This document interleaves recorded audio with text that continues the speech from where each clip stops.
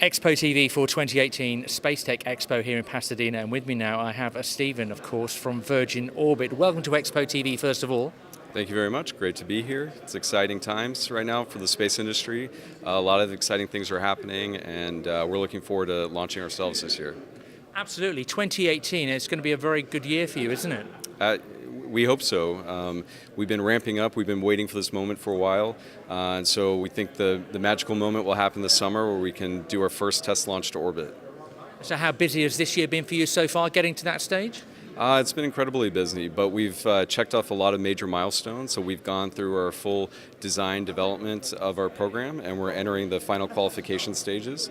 What's exciting is that we've already built multiple rockets in our factory, and so we look forward to getting the first one out of the factory floor.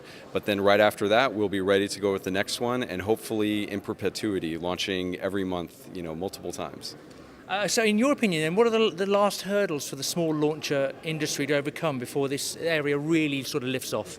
I think it's displaying consistency. I think it's really about just showing the market and signaling the investors that they can have launch when they want it, that it is reliable, that they know it'll be there in order to keep their business case afloat. So that absolutely is going to be the critical component to where I think the launch, the small satellite economy in particular, will take off. And regards Virgin Orbit, where do you see your competition in the market?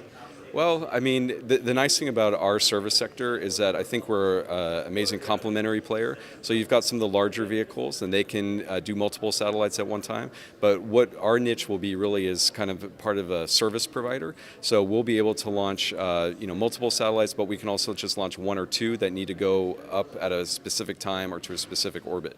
And so I think we play a really complementary role in the market.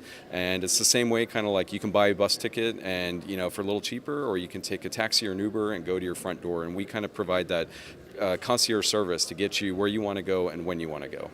So it's really like a lot of ecosystem rather than a competition market. I think so. I think that's a great way to describe it. The launch market and the space economy is an ecosystem. We share a lot of the same supply chain. There are bigger rockets that can have a function to launch larger satellites or more satellites. Smaller rockets can be there kind of on the ready, on demand. They're a little bit more nimble. If you have an anomaly on orbit, like a satellite dies and you need it replaced quickly, you're going to go for the smaller rocket. You're not going to procure a large rocket. So in many instances, we're very complementary, and we kind of help validate and grow the market forward.